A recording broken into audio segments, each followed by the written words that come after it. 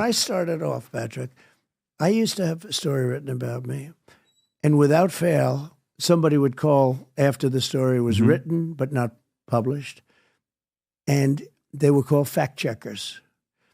Hello, sir. We're calling about a story that we wrote about you. Is it true that you own this? And is it true that you did this? And that you spent X dollars? Could we check that number? Blah, blah, blah.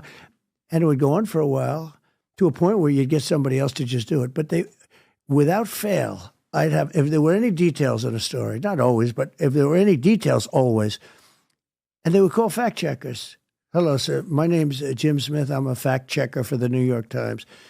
And they check the facts of a story. And I think they at least were trying to be real. I haven't had a fact checker call me in 30 years. They don't call anymore. Do you think that's because of the Fairness Doctrine Act of 1987? Because prior to that, the media platforms had to actually give both sides of the story. And then once that was dropped, they lost the accountability. They could say whatever they want to say. And it was kind of free-for-all. Let me go after them. But for you, when you became a president, if someone's running for office, you have to sit there and think about issues. Here's what I'm running on. Wall, border, economy, XYZ. Great. Obama, I'm going to go after healthcare. Yeah. Jimmy Carter, I'm going to go human rights. You pick and choose what you're running for. But there's also an element of who are going to be my allies, who are going to be my enemies. Did you sit there and say, the enemy of the people is media, I'm going to go after them? Or did you say, no, this happened accidentally? Was this intentional or was it accidental? I think it's just long-term happened. It morphed into it. I don't think they said. I'm talking specifically for you, though. Yeah. For me, look, I'm the worst case because there's nobody been abused like I have.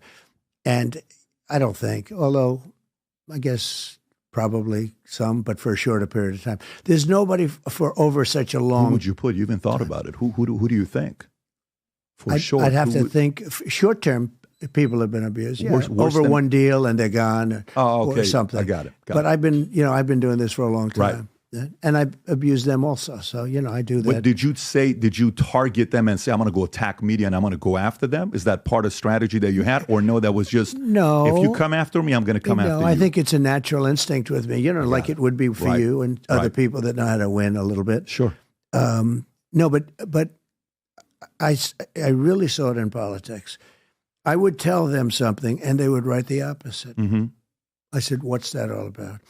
I called up, the Washington Post was treating me very bad. New York Times is probably the worst, but the two of them are really bad.